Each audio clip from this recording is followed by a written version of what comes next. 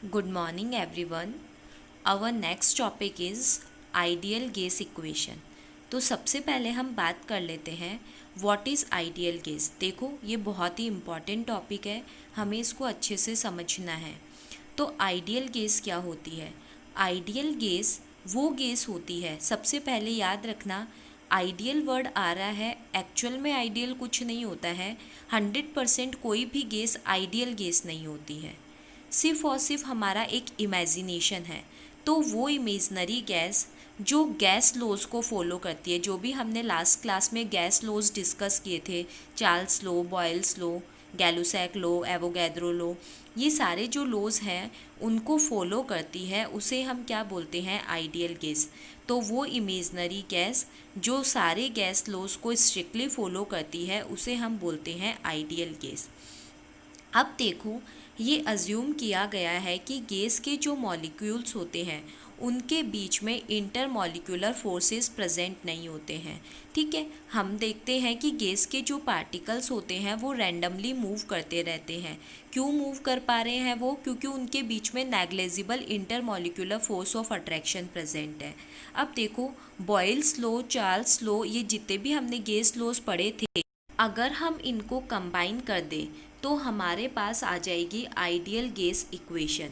जैसे Boyle's law क्या बोलता है कि वॉल्यूम प्रेशर के इन्वर्सली प्रोपोर्शनल है, चार्ल्स लॉ बोलता है वॉल्यूम टेम्परेचर के डायरेक्टली प्रोपोर्शनल है, एवोगैड्रो लॉ बोलता है कि वॉल्यूम जो है वो एन यानी नंबर ऑफ मोल्स के डायरेक्टली प्रोपोर्शनल है। तो आपका ओवरऑल देखें तो हम क्या बना सकते हैं इक्वेशन?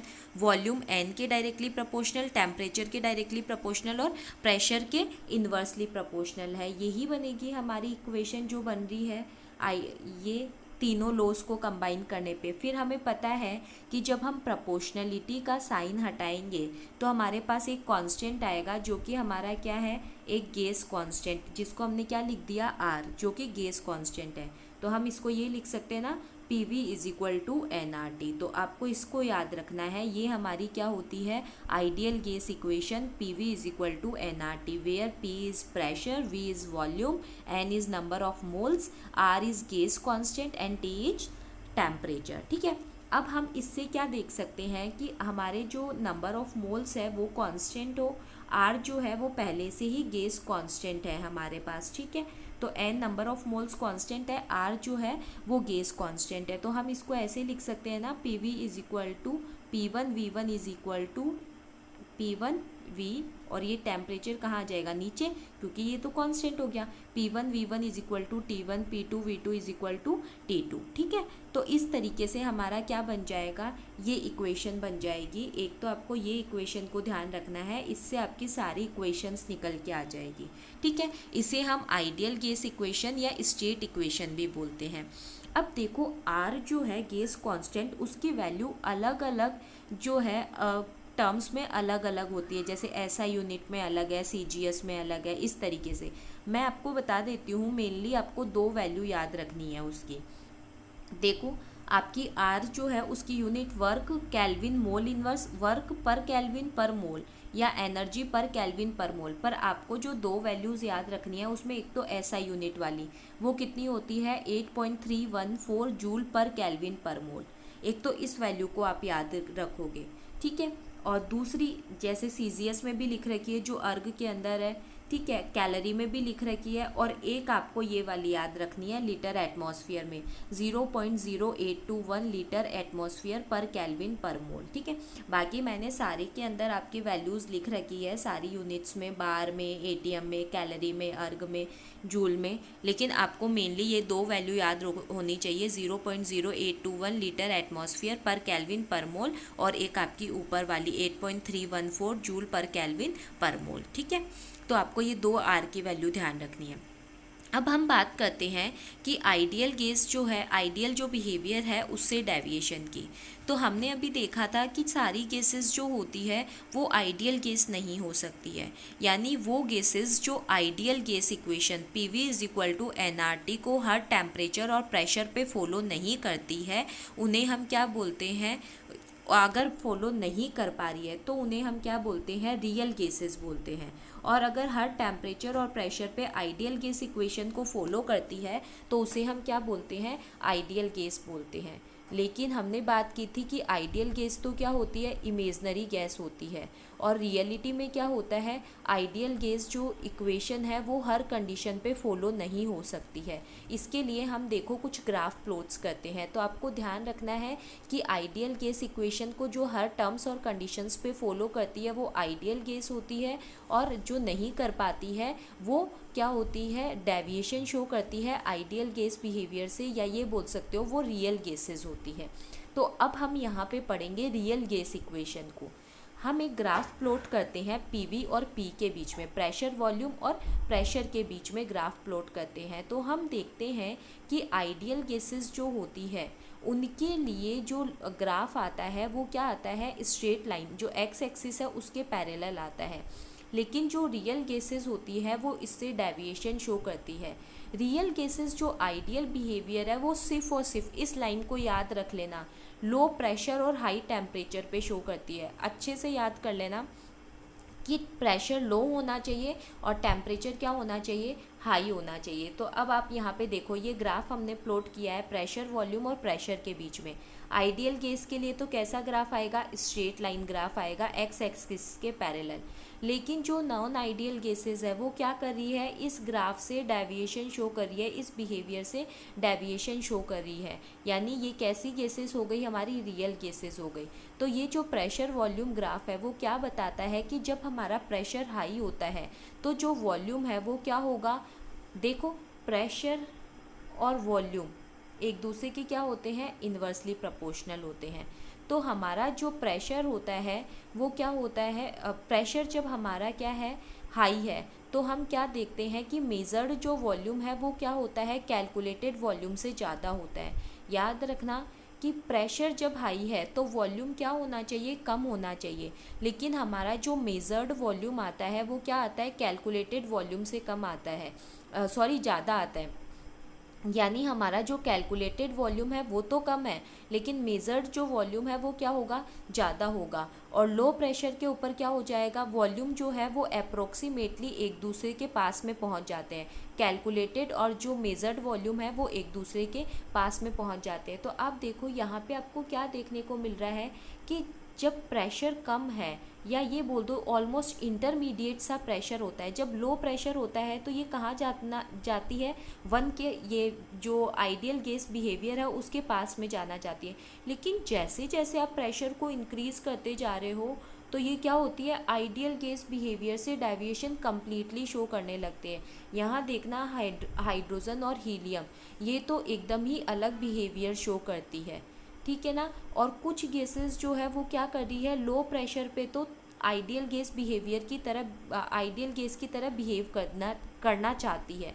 थोड़ा सा प्रेशर हम इंटरमीडिएट प्रेशर कर देते तो ये देखो almost ideal gas behaviour show करती है। लेकिन प्रेशर को अगर हमने और ज़्यादा बढ़ा दिया तो ये क्या करती है, आइडियल गैस बिहेवियर से डेविएशन शो करना स्टार्ट कर देती है। और लो टेम्परेचर के, लो प्रेशर के ऊपर जो वॉल्यूम है, कैलकुलेटेड और मेजर वॉल्यूम, वो अप्रोक्सीमेटली एक दूसरे के पास पहुंच जाते हैं।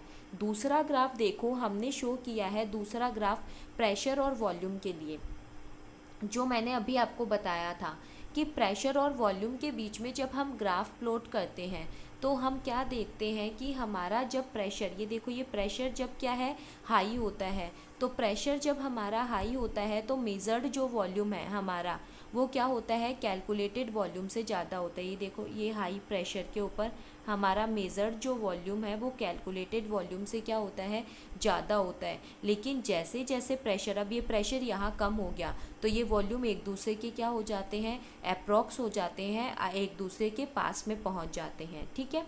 फिर हम बात करते हैं कि आइडियल गैस से जो डेविएशन शो करती है, आइडियल बिहेवियर से जो डेविएशन शो करती है उसको हम कैसे मेज़र करें। तो उसको हम मेज़र करते हैं Z के टर्म्स में, और Z हमारा क्या होता है, कंप्रेसिबिलिटी फैक्टर होता है, जो कि आइडियल गैस के लिए तो 1 होता है, और अगर आइडियल गैस नहीं है तो हम वहाँ पे क्या एक टर्म और यूज़ में ले लेते हैं, PV = ZnRT, और आइडियल गैस है तो ये Z 1 हो जाएगा तो PV = nRT। तो z हमारा क्या आ गया, PV अपॉन nRT। ठीक है, अब देखो जो गैसेस आइडियल बिहेवियर से डेविएशन शो करती है, इसका मतलब वो z से क्या शो करी है, डेविएशन शो करी है। और z से ये जो डेविएशन होता है वो यूनिटी से डेविएशन होता है, क्योंकि हमने क्या देखा, आइडियल गैस के लिए z की वैल्यू क्या होती है, 1 होती है। अब जो आइडियल बिहेवियर नहीं शो करेगी उसके लिए z की वैल्यू या तो क्या होगी, 1 से कम होगी, या फिर z की वैल्यू क्या होगी, 1 से ज़्यादा होगी, यानी यूनिटी से डेविएशन शो करेगी। तो आगे देखो हम ग्राफ प्लॉट कर रहे हैं, जो हमने z और प्रेशर के बीच में ग्राफ प्लॉट किया। z की वैल्यू 1 है जब कौन सी गैस है, आइडियल गैस है।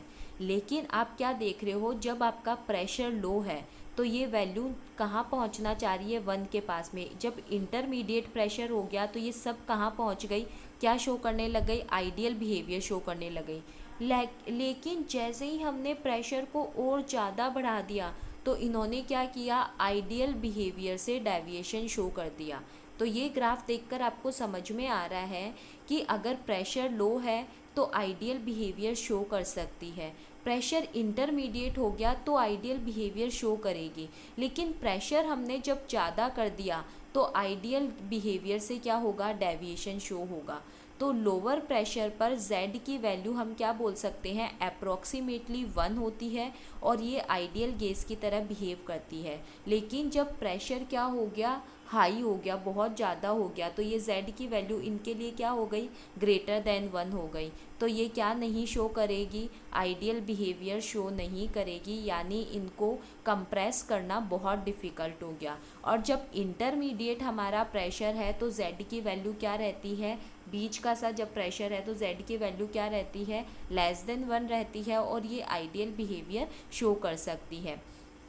और जब वॉल्यूम ऑक्यूपाई किया है वो लार्ज है, तो हम क्या बोल सकते हैं कि अगर आप ये बोल रहे हो कि आपके जो z है उसकी वैल्यू लेस देन 1 है, इंटरमीडिएट प्रेशर है, तो गैसेस आइडियल बिहेवियर शो कर रही है, लेकिन जो वॉल्यूम है वो लार्ज ऑक्यूपाई कर रही है, तो आप क्या बोल सकते हो कि हम वॉल्यूम के जो टर्म है उसको क्या कर सकते हैं, नेगलेक्ट कर सकते हैं।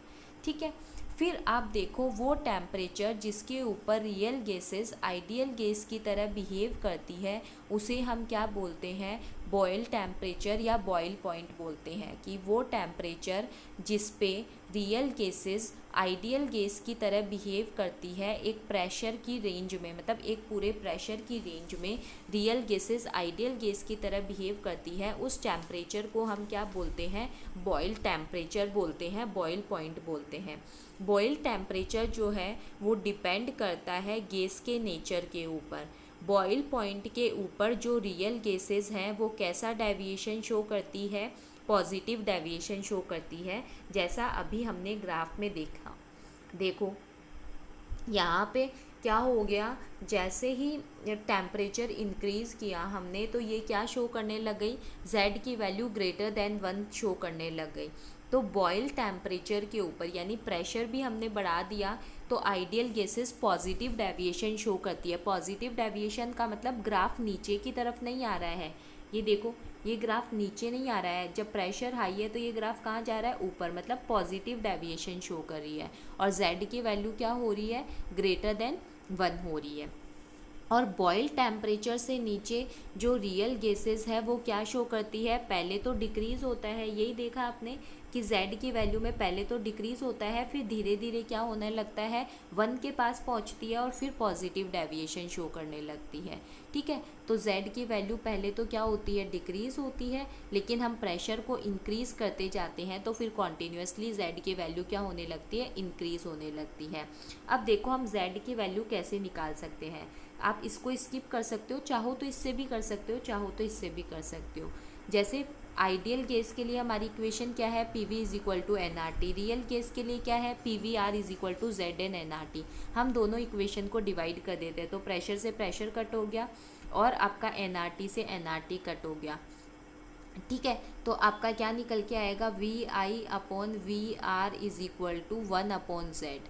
तो हम लिख सकते हैं ना, z इज इक्वल टू, इसको भी रिवर्स कर दो, वी आर अपॉन वी आई। ठीक है, दूसरा यहाँ पे जो शो कर रखा है वो कर रखा है आपका कि ये z जो है वो क्या होगा हमारा रियल गैस के लिए क्या आता है, P V is equal to Z N R T. तो हम क्या लिख सकते हैं, z इज इक्वल टू क्या हो गया, P V real upon N R T. और एन आर टी जो है वो हमारा किसके इक्वल होता है, यहाँ हमने पढ़ा है आइडियल गैस के लिए कि पी वी आइडियल क्या होता है, N R T upon P. ठीक है, तो हम इसको क्या कर देंगे, इसको जब एन आर टी जो है उसकी जगह अगर हम क्या लिख दे, पी वी आइडियल, ये लिख सकते हैं ना, एन आर टी की जगह पी वी आइडियल, तो पी से पी कट जाएगा तो ऊपर क्या रह जाएगा, V real upon V ideal, वो एक ही बात है। ठीक है, अब देखो इसका मतलब आपका कंप्रेसिबिलिटी फैक्टर Z जो है वो क्या होता है, रियल गैस का वॉल्यूम अपॉन आइडियल गैस का वॉल्यूम, यानी रियल गैस का जो वॉल्यूम है उसका रेशो आइडियल गैस के वॉल्यूम के साथ जो रेशो है उसे ही हम क्या बोलते हैं, कंप्रेसिबिलिटी फैक्टर बोलते हैं। अब वॉन डेर वाल कंसेप्ट जो है वो देखते हैं हम deviation from ideal gas behaviour. देखो काइनेटिक थ्योरी ऑफ गैसेस ये हम नेक्स्ट डिस्कस करेंगे, उसके पोस्टुलेट बहुत ज़्यादा इम्पॉर्टेंट है, आपको अच्छे से याद होने चाहिए काइनेटिक थ्योरी क्या बताती है, केटीजी। देखो काइनेटिक थ्योरी जो है उसने कई सारे पोस्टुलेट दिए, उसमें से दो इम्पॉर्टेंट जो पोस्टुलेट हैं वो हमारे पास ये है कि ये क्या बोलती है कि जो गैस के पार्टिकल्स होते हैं उनके बीच में अट्रैक्शन फोर्सेस नेग्लिजिबल होते हैं या ज़ीरो होते हैं।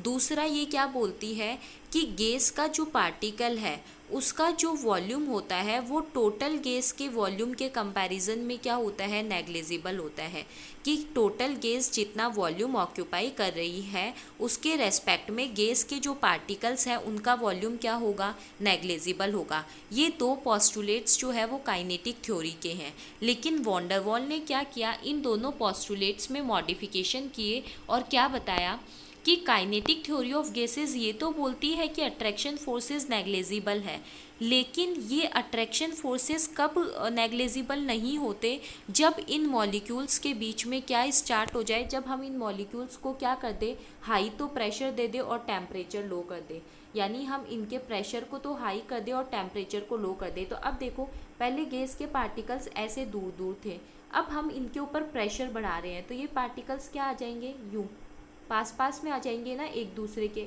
अब बताओ इनके ऊपर अट्रैक्शन लगेगा कि नहीं लगेगा, लगेगा ना अब तो अट्रैक्शन।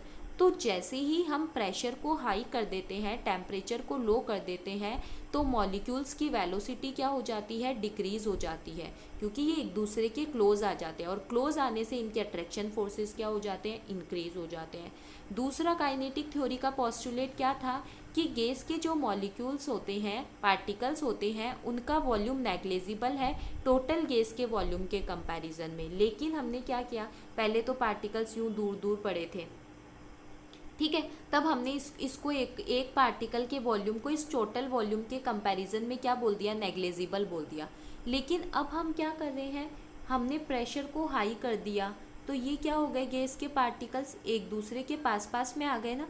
ठीक है, तो अब हम क्या, अब पहले गैस का जो वॉल्यूम था वो इतना सारा था और एक पार्टिकल का वॉल्यूम इतना सारा था, तो हम इसके रेस्पेक्ट में, जैसे एक समुद्र का जो वॉल्यूम है उसके रेस्पेक्ट में एक वॉल्यूम का, एक बूंद का जो वॉल्यूम है उसको नेगलेक्ट कर सकते हैं। लेकिन अगर हमारे पास एक ग्लास है तो उसके रेस्पेक्ट में एक बूंद के वॉल्यूम को हम क्या नहीं कर सकते, नेगलेक्ट नहीं कर सकते। वही चीज़ ये है, यहाँ है कि हमने क्या किया, इनके ऊपर प्रेशर लगा दिया।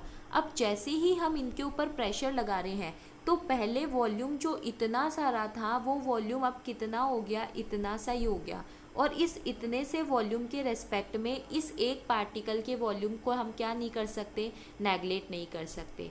तो ये क्या बोलता है कि अगर हम हाई प्रेशर लगा दें, लो टेम्परेचर लगा दें, तो पार्टिकल्स क्या होंगे, एक दूसरे के पास पास आएंगे, और एक दूसरे के पास पास आने से हमारे पास जो वॉल्यूम है वो अब नेग्लिजिबल नहीं रहेगा। इसका मतलब हमें करेक्शन किस में करना पड़ेगा, वॉल्यूम में करना पड़ेगा। तो इस बेसिस के ऊपर प्रेशर के अंदर और वॉल्यूम के अंदर दोनों में करेक्शन किया गया और एक नई इक्वेशन दी गई जिसे हम वॉन डेर वाल इक्वेशन भी बोलते हैं और ideal gas real gas equation भी बोलते हैं। और हमारी नई जो इक्वेशन आई वो ये थी, P + A n² upon V² V - NB = NRT।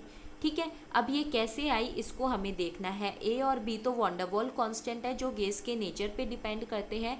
N जो है वो नंबर ऑफ मॉलिक्यूल्स है। आपको आइडियल गैस इक्वेशन भी याद होनी चाहिए, van der Waals gas equation या रियल गैस इक्वेशन भी याद होनी चाहिए। अब देखो दो में करेक्शन करना है हमें, एक तो वॉल्यूम में हम करेक्शन करते हैं।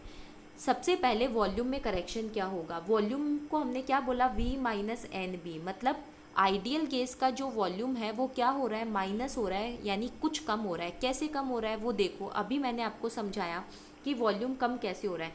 पहले गैसेस के पार्टिकल्स क्या थे, दूर दूर थे, जब उनके ऊपर क्या नहीं लग रहा था, अट्रैक्शन नहीं लग रहा था, यानी कितना वॉल्यूम ऑक्यूपाई कर रही थी, इतना।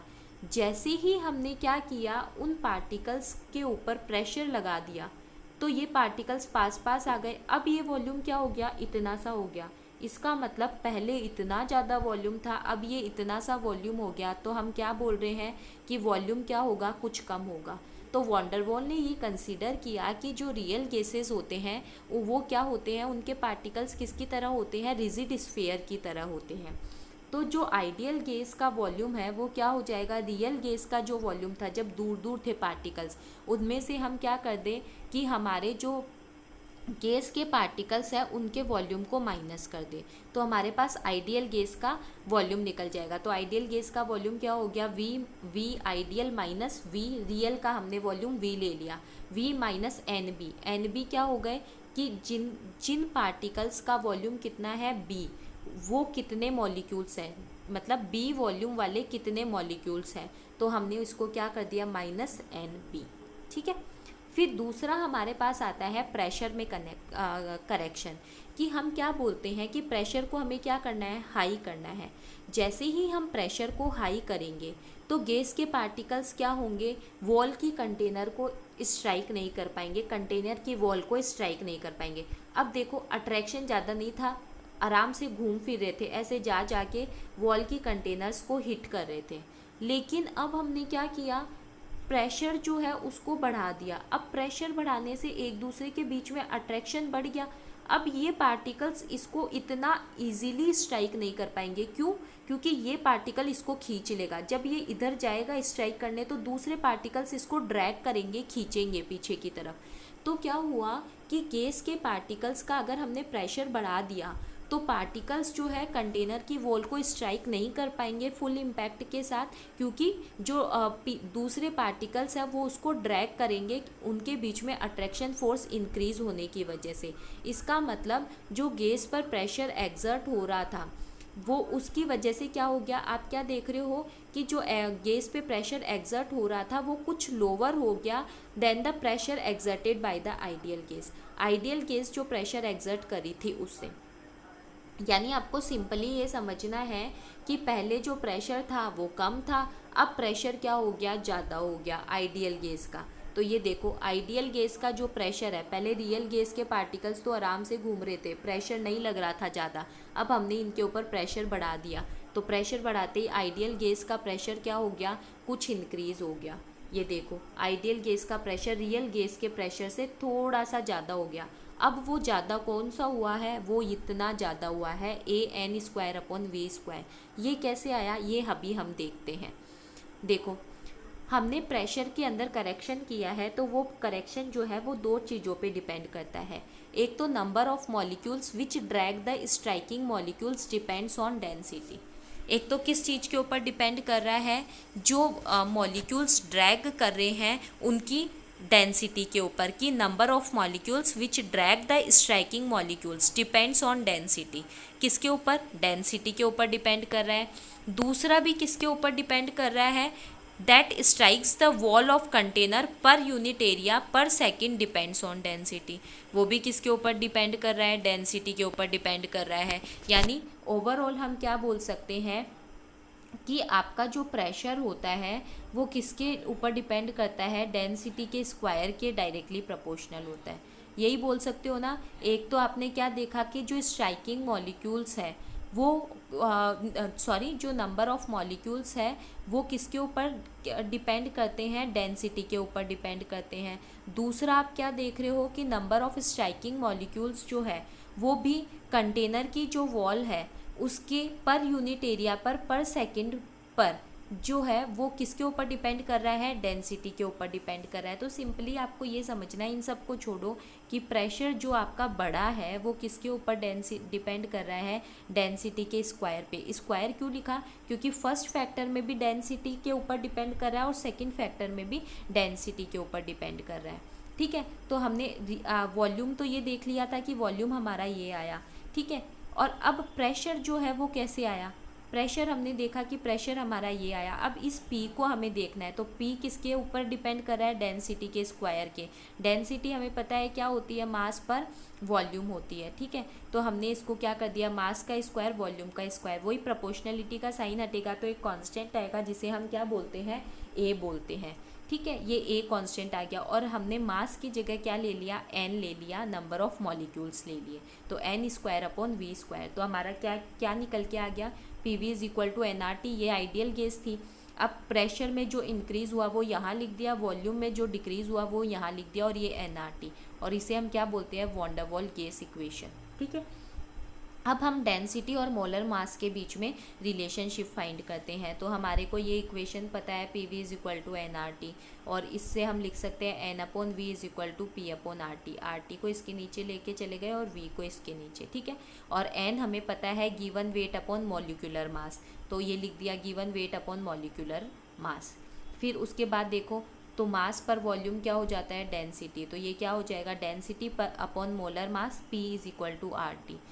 ठीक है, P अपॉन RT। तो हम क्या देखते हैं कि डेंसिटी हमारी क्या आती है, इस फॉर्मूला को याद रखना है, न्यूमेरिकल्स आते हैं इसके ऊपर, MP अपॉन RT, यानी डेंसिटी और मोलर मास एक दूसरे के क्या है, डायरेक्टली प्रोपोर्शनल है। अगर हमारा R तो वैसे ही कांस्टेंट है, टेम्परेचर और प्रेशर भी कांस्टेंट हो। फिर important law, that is Dalton's law of partial pressure.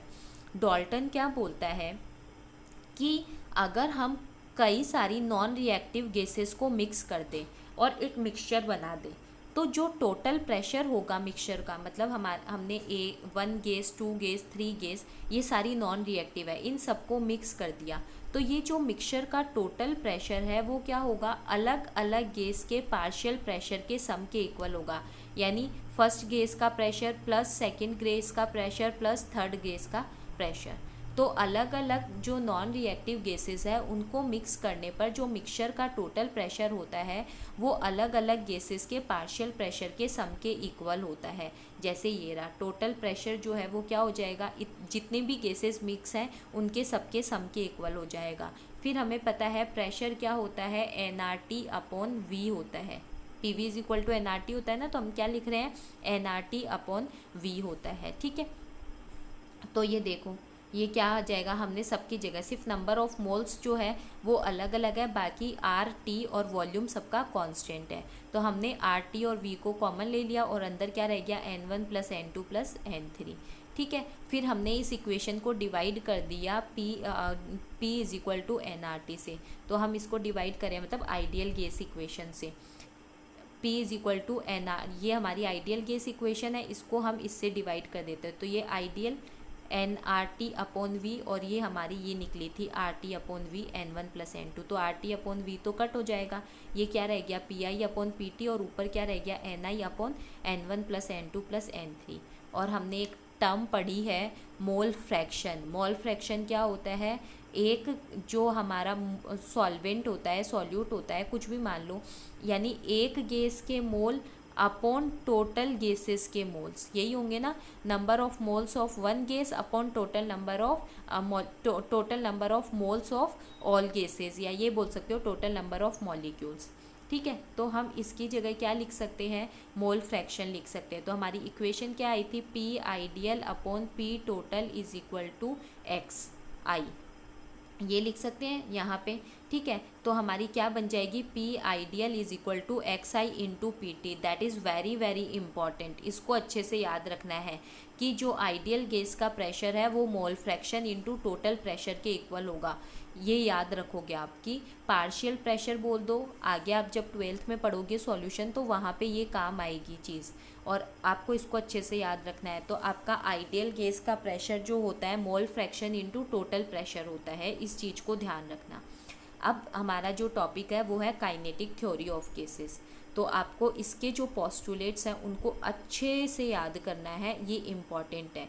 देखो, काइनेटिक थ्योरी ऑफ गैसेस जो है वो आइडियल गैसेस के लिए दी गई, ठीक है। और ये क्या करती है, गैस लॉज और जो आइडियल बिहेवियर है उसको एक्सप्लेन करती है। इस थ्योरी के मेन पोस्टुलेट्स क्या थे? सबसे फर्स्ट पोस्टुलेट जो है वो ये बोलता है कि एक गैस जो होती है वो कई सारे पार्टिकल से मिलकर बनी होती है, जिन्हें हम क्या बोलते हैं, मॉलिक्यूल बोलते हैं। दूसरा पोस्टुलेट आप पढ़ चुके हो कि गैस के जो पार्टिकल्स का वॉल्यूम होता है वो टोटल गैस के वॉल्यूम के क्या होता है, कंपैरिजन में नेग्लिजिबल होता है। और हमने इसी के ऊपर करेक्शन किया था और इसी में करेक्शन करके हमने van der Waals gas equation दी थी। तो फर्स्ट पोस्टुलेट क्या था, कई सारे पार्टिकल से मिलकर बनी होती है जिसे हम मॉलिक्यूल बोलते हैं। दूसरा क्या है कि गैस के पार्टिकल्स का जो वॉल्यूम होता है टोटल गैस के वॉल्यूम के कंपैरिजन में नेग्लिजिबल होता है। थर्ड वाला भी हम पढ़ चुके हैं कि गैस के पार्टिकल्स के बीच में अट्रैक्शन फोर्सेस क्या होते हैं, नेग्लिजिबल होते हैं। फोर्थ ये क्या बोलता है कि गैस के मॉलिक्यूल्स कम्प्लीटली इलास्टिक होते हैं, यानी जब वो एक दूसरे से भिड़ते हैं, कोलाइड करते हैं, तो काइनेटिक एनर्जी में किसी तरीके का कोई भी लॉस नहीं होता है, क्योंकि इलास्टिक है। तो इलास्टिक होने की वजह से जब वो वॉल की कंटेनर पर या आपस में कोलाइड करेंगे तो किसी भी तरीके का एनर्जी का लॉस नहीं होता है। फिर नेक्स्ट क्या बोलता है कि काइनेटिक एनर्जी जो गैस की होती है वो उसके एब्सोल्यूट टेम्परेचर के डायरेक्टली प्रोपोर्शनल होती है। नेक्स्ट क्या बोलता है कि जो गैस के पार्टिकल्स की वेलोसिटी है उनके ऊपर ग्रेविटेशनल फोर्स का कोई इफेक्ट नहीं लगता है, नेग्लिजिबल इफेक्ट लगता है। नेक्स्ट क्या बोलता है कि जो गैस के पार्टिकल्स प्रेशर लगाते हैं गैस के पार्टिकल्स के ऊपर, जैसे क्या होगा, गैस के पार्टिकल्स है वो क्या करेंगे, ये एक दूसरे के साथ भी कोलाइड करेंगे और कंटेनर की वॉल के साथ भी कोलिजन करते हैं। तो जो गैस का प्रेशर होता है वो किसकी वजह से होता है, आपस में कोलिजन की वजह से, या फिर क्या बोल सकते हो कि जो कंटेनर को हिट करते हैं उसकी वजह से, तभी तो प्रेशर लगेगा। देखो, जैसे ये हमारे पास गैस है और ये गैस के पार्टिकल्स जब इस वॉल को जाके यूं हिट करेंगे तभी तो ये क्या अप्लाई करेंगे, प्रेशर अप्लाई करेंगे। तो गैस का प्रेशर किसकी वजह से होता है, कंटेनर की वॉल्स के साथ कॉलिजन की वजह से। एंड लास्ट पोस्टुलेट इज कि पार्टिकल्स जो होते हैं गैस के वो मूव करते हैं स्ट्रेट लाइन के अंदर, जितनी भी पॉसिबल डायरेक्शन है वहाँ पे। इनकी डायरेक्शन सिर्फ और सिर्फ कब चेंज होगी, जब ये एक दूसरे के साथ कोलाइड करे या फिर क्या करे, कंटेनर की वॉल के साथ कोलाइड करे। मतलब ये पार्टिकल्स इधर इधर ऐसे आसानी से मूव कर सकता है, ठीक है।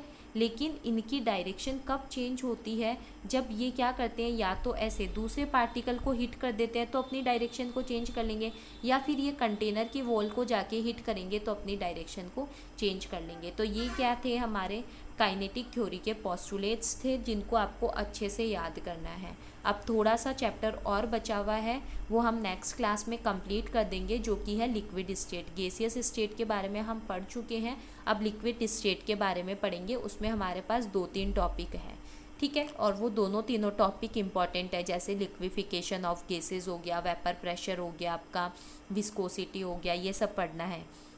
अब आपको साथ साथ में इस चैप्टर के जितने न्यूमेरिकल्स और एग्जाम्पल्स हो गए हैं वो साथ साथ सॉल्व करते रहना।